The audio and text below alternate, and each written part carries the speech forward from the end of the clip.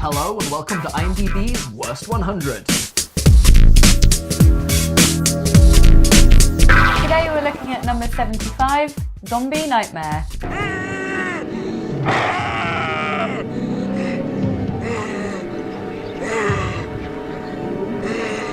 What we have today is your classic zombie revenge flick. I think it's got enough to be worth talking about, actually. This is quite an interesting one. So, should we dive right in? Let's do it. Sploosh. I'm old enough to be your older sister. I like that. I've always wanted to make it with my older sister. The plot to Zombie Nightmare. We've got our main character who's Tony, and he's a little kid, and he is with his dad at a baseball game, and then they stumble across two nasty goons attempting to, I think, rape a woman, a random girl, and the dad stops them, but they stab the dad and he dies, and Tony sees this. And then we skip forward in time, and now Tony's like super buff. He goes to his local convenience store and has a nice chat with the lovely Italian grocery man. How is the new job working out? Oh, it's not bad, sir. Except they want me to cut my hair. Hey, Tony, you cut the hair, you lose the strength, no? And then he foils a robbery. What the hell is that?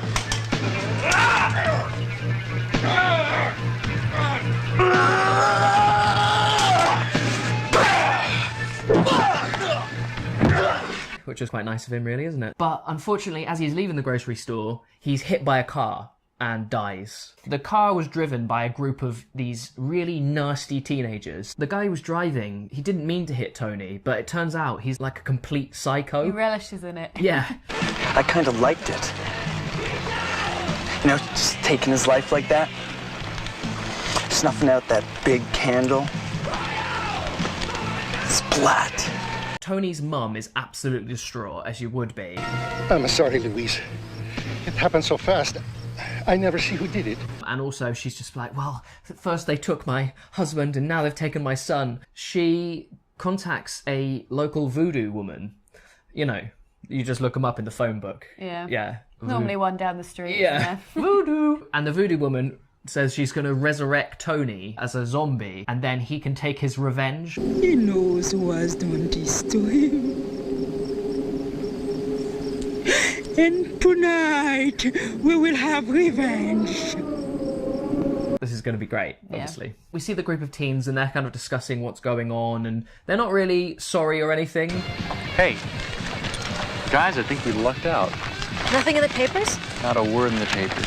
Or on the radio. Nothing about our little nocturnal adventure. Two of them go off to play some tennis, and we treated to a very long tennis game. They get in a jacuzzi in some, like, tighty-whities, and it's at this point that Tony the zombie comes in. See, look, I told you, there's nobody here.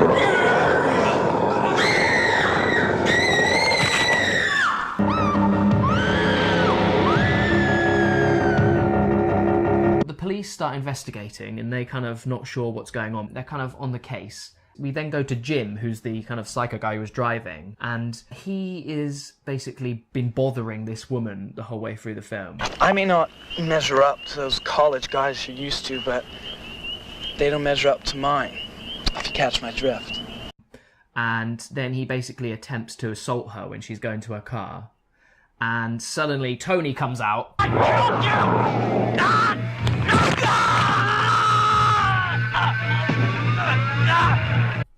It's a very plausible way to kill someone, I think. Yeah. So the police guy who's investigating the case is called Frank, and he sees a potential clue, which is that the voodoo woman, who's called Molly, was at the crime scene both times. She was seen sort of behind the police tape. Yeah. So he's like, okay, maybe she's involved. So he goes to his captain and basically says what he thinks.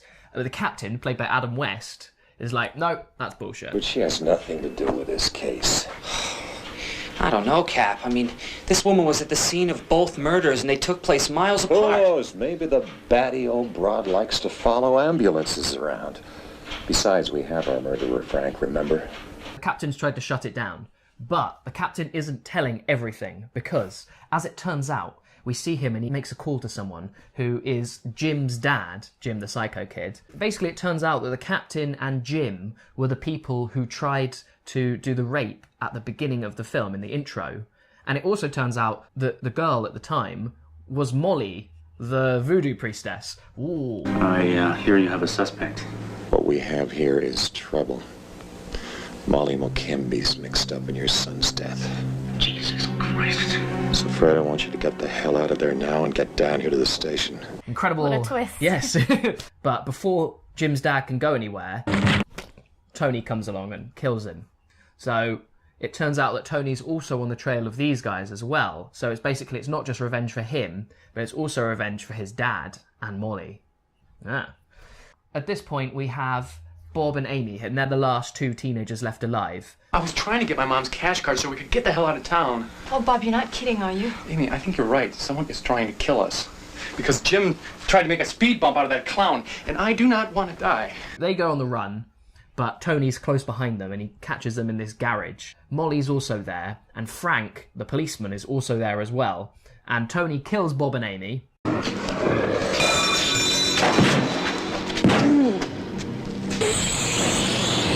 And Frank attempts to stop Tony, but completely fails.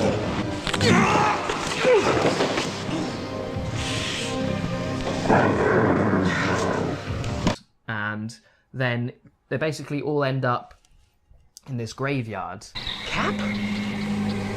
What? The voodoo woman explained it to me on the way over, Frank. She made this kid a zombie so it would avenge itself against its murderers. He killed his boy's father for trying to save my life. That's true, Frank. But you see, zombies lose their energy after they revenge themselves.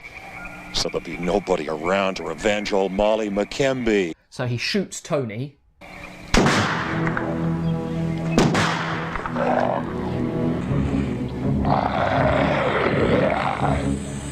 And then he shoots Molly as well.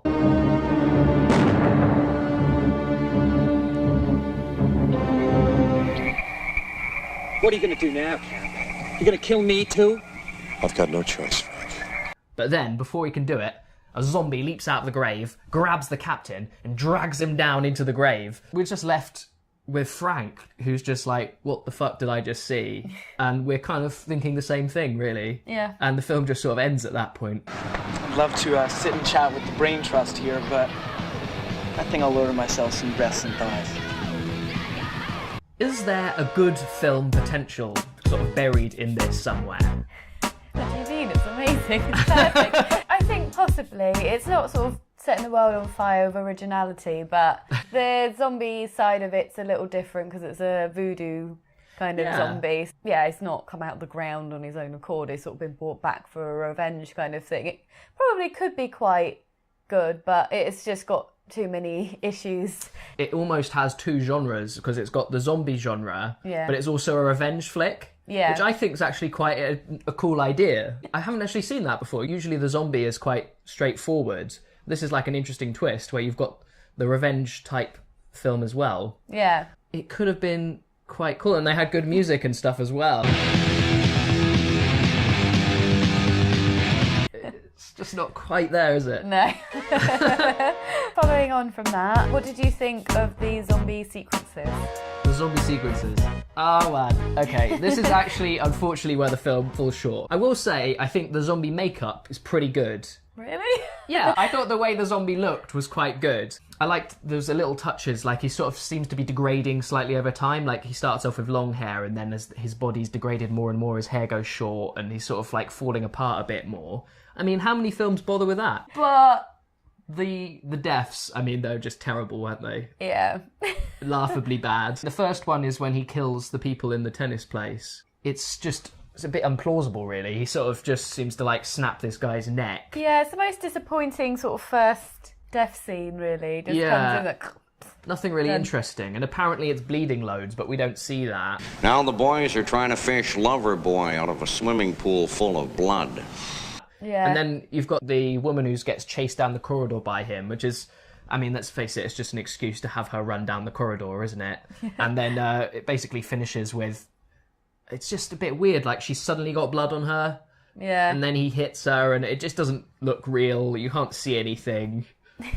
Yeah, it's a bit disappointing. What did you think? Yeah, they were probably the worst bit about the film, and they should have been the best. It seemed weird that they bothered to do it, but like put the littlest amount of effort into those scenes. It's like they didn't have any effects guy, and they didn't really have anyone who knew how to do zombie deaths, you know. Yeah, they were a victim to a small budget, I think. I mean, if it was just like a police procedural drama, it would have been fine.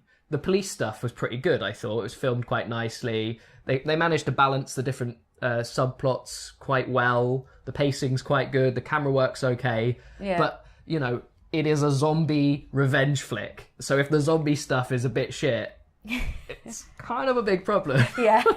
One of the most notable characters in this film is Jim, the psycho kid. I'm just going to call him that. Is he a bit too crazy? It's great, man. He killed them. What are you talking about? That big goon we flattened the other night. Guess we didn't finish the job after all. Oh my God. Psycho might be right. He's as sort of as full crazy as you can get. Excuse me, kids. Could you keep the noise down? Thank you.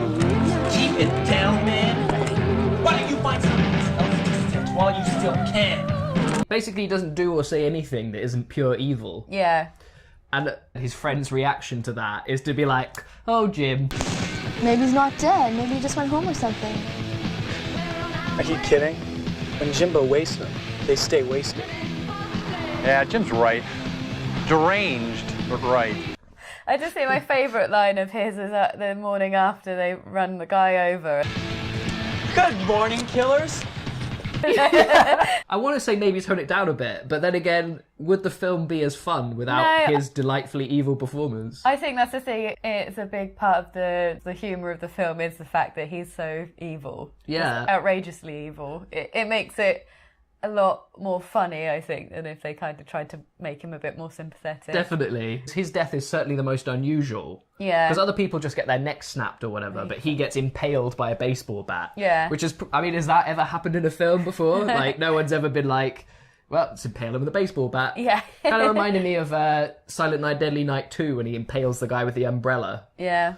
Apart from that was better because it went... Oh, yeah, exactly, yeah.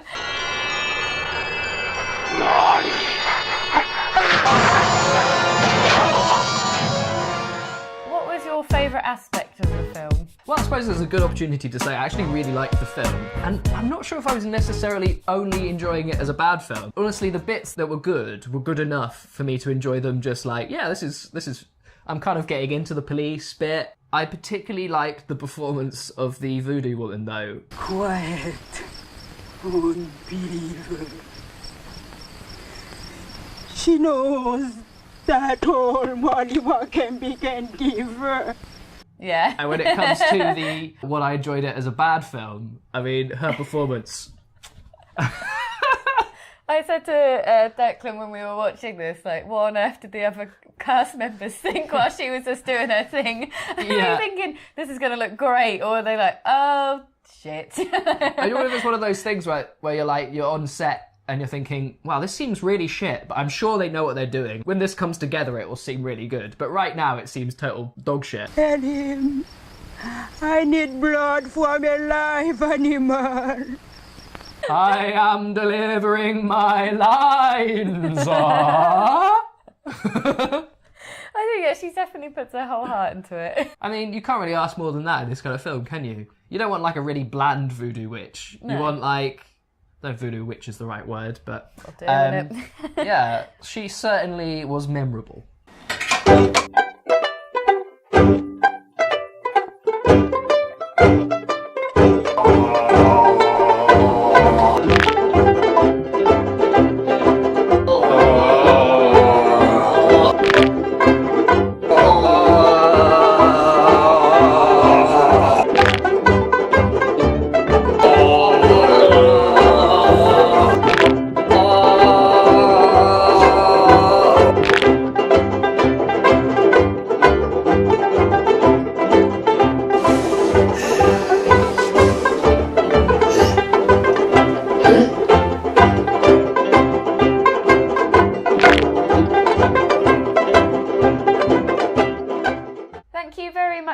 watching. Sorry it's been a while since we've done an IMDB video, but you know, we're getting ourselves back in it now. We've done quite a lot of other stuff. We do always have the IMDb list, which is going to take us many years, and we're only adding to it when we're not doing them more regularly, so we are going to keep them coming nice and regularly. If you're one of our new subscribers, which has come in from our best friends video, hello. And this is some of the videos we normally kind of do, so hope you stick around for those. Thanks very much for watching, and we will see you next time. Bye!